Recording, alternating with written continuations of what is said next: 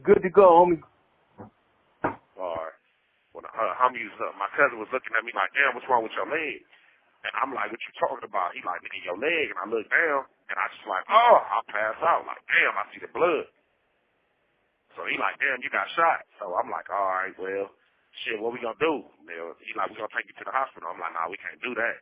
Because the way my mom is, anything go on, like I said, she from a different state. So she gonna be like, man, we moving. So we sit up there, we go, we get the motherfucker. I really wasn't shot. It ricocheted and just like, took some skin out. So we just put some alcohol on it, peroxide, 3 goofy Band-Aids, stuff them together, stuck them on there. We dug it out. I went to the park and I got a homie named J-Lo. So he was like, man, I heard you got shot today. I'm like, damn, yeah, I did. He like, how I feel? The shit get hot, it get cold, it like stings a lot. He like, shit, you want some shit that's gonna make you feel better? I'm like, yeah. So he passed me a blunt. I hit the blunt. I took a big deep breath. Big deep puff on that motherfucker. And I hit that motherfucker. And when I let it out, it felt like everybody at the park, 10 homies had stun guns all in my stomach. All I know is I woke up and everybody was like, man, they not calling you Baby Inky no more. So I'm like, what? So it kept going on. They kept calling me a different name. We ain't even going to speak on that name. But, so, after that, Mom's ended up finding out she moved again. We kept moving to, I got locked up with the Camp Rocky. Did all that when I was younger. We kept moving again, because every time I get in trouble, my mom thinking the best thing about it is to move, but that's not the best part. The best part is keep me where I'm at, because you can't take the hood out of me. It's already in it. So wherever we go, we're going to bring that with us. So when we move, at this time, we boosting clothes. We do all that. I go to jail for boosting clothes. I get out. And when I get out, I run into my mom has some foster kids. So I run into one of the foster kids. He like, hey, man, what they doing right now is we going to schools, we stealing laptops. And when we stealing laptops, we take them to the cash out and we win. So a nigga like, all right, man. So we break into a school. We go up in there. We come out. While we up in there, we looking through the windows. I see one with crate. He like, yeah, that's it. He bust the window. We go in there. It's 2 crates. So we come out, we pull the car, put the crates to the car, we pull out 57 laptops, put them in the car, jump in the car, get on. He said, no, we ain't hitting no more schools, it's good enough. So I'm like, all right. Me thinking, all right, this is my bro, I trusted him to take the laptops, go do his thing.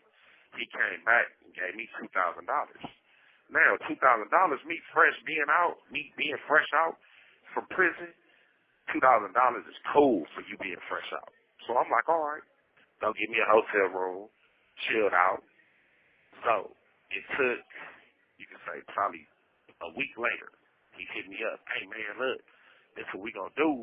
Because the day before that, we kept trying to hit schools, but I guess it was starting to get hot. Every time we at the school, we in there, I guess some kind of alarm go off for the police to show up. So he like, look, this is what we going to do. I told the CASHAPP, we going to give him 100 laptops. He said he gonna give us $20,000. So look, we gonna go up there. I need you to bring your gun with you and just rob him. So I'm like, all right. So I bring my gun with me. We show up. So I'm sitting in the bushes. The dudes pull up. I mean, not in the bushes. I'm sitting behind the trash can. The dude pull up. When he pull up, I jump out from behind the trash can. As soon as he step out the car, hey, don't move. Give me the money. So when he reached back, I'm like, watch what you're doing. He come back with $10,000. Damn, so I'm like, all right. Oh, hey, where the rest of it at? He reached back, he get another $10,000. At that time, my brother turned around and went back to the car. I said, hey, bro, you want to lose your life? Shoot me all the money. Don't play with me. He reached back and bring another stack of $10,000. So altogether it was $30,000. I put the money in my pocket. I tell him, I said, give me your phone and your keys. You see that wall right there? Don't hit that wall. If you look back, I'm going to pop you. The motherfucker goes, he go hit the wall, get on. We dip off, jump on the freeway. I throw the keys and the phone out the window. My brother in a different car. We in 2 different cars going away from this leg. Now, I got $30,000 in my pocket. So I'm sitting up there like, damn. He told me $20,000 for 100 laptops. Last time I and this nigga only gave me $2,000. So if you getting $20,000 for 100 laptops last time you played me, but who got the money right now? So I keep 10,000 in my pocket when we pull up. I pull out 20,000. I give bro 10,000. I keep 10,000. Push on. Now I know that sounds janky because I took the 10, but look how he did me when I first farm as a motherfucker. All right, well we'll go to this part then. I was in Delano and I was having my girl bring me. She was coming to visit. I had my boy bringing me. He giving me, you can say five ounces of heroin. So at the time, I'm not knowing they come in little bundles, so I bring it, I put the motherfucker, I put it in, get back to the cell. I bust them down. In jail, ain't nobody got no scales, so we taking grams. I'm cutting them in half, and I'm telling people they grams. Give me $100, $100, so I'm with it. So November 11th, 2018, I get caught up. I go to visiting, and this day when I go to visiting, something ain't right. You know when something ain't right. First of all, they set my girl in the front. First red flag. When I get there, we go to the lunch part. It ain't no mayonnaise. Mayonnaise is what we use to grease up. You can't bring grease back no more. Put it behind your ear, none of that. So it ain't no mayonnaise. I'm like, second red flag. So we sitting up there. I don't want to tell my girl this because I'm gonna let it play out. So when we jump in line, I'm seeing somebody right in front of me bust they plate, and they doing their thing. I'm like, fuck, it's time. Make sure I feel my back pockets get heavy. So my girl dropped the bundles in my back pocket. As soon as she did that, the door opened up. Boom! Gold Squad came in. My heart just skipped a beat. They walked right past me and picked up a Mexican guy. I'm like, whoo! I looked back at my girl. She said, OMG. I said, you telling me? We sat down. At the end, while we sitting down, we go outside, and I give her one of the bundles back. She's like, what's this? I'm like, look, we just going to say this for next week. She like, all right. I'm like, I got to give you this other bundle. So at the end of the visit, we kissing, but I'm trying to get the bundle out, but the bundle stuck in my pants pocket sideways. So it won't come up. And at that time, you got a quick reaction to pull it out and give it to her. And it's stuck. And the police look at me, he's like, I said a quick kiss. I'm like, fuck.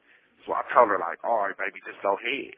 My whole thing is, shit, I'm finna throw this motherfucker under the vending machine. Man, I get around to the tables and I'm looking at the police push all the visitors out. I'm like, shit, it's an open thing. But remember, it ain't no mayonnaise. So I'm trying to put it in dry. I'm like, fuck. I pull it out. I spit on my hands. I go lube it up a little bit, and I push the motherfucker in. As soon as I push it in, I look to the right and see who next to me. It's the same motherfucker who the goon squad came and got in that visit earlier. As soon as I looked at him, the door opened up. They said, everybody get down. Goon squad looked at me and told me, cuff up. They cuffed me up. They put me in the hole. One thing about prison, getting caught with drugs sometimes, you just can't quick to jump up on a deal, because sometimes they fuck up. And this time they fucked up. In their paperwork, they said that they didn't want to open up the bundle due to fentanyl exposure. But when you look at the bundle was unraveled. So something went wrong here. So I waited it out. Then we found out that the the drug examiner lady in North Kern, this is at Delano, North Kern, A-Yard, the lady, she was under investigation for just saying whatever police said it was. So when I go to thing, they try to offer me a deal. They say, look, we're going to give you a misdemeanor and time served. I said, no, I'm not taking that. So they say, what would you take? I said, man, I'll take for y'all to drop this case because of this thing. They went to the back, talked to the judge. The judge came back, dismissed that case. I got off free because they was trying to give me 8 years doubled up.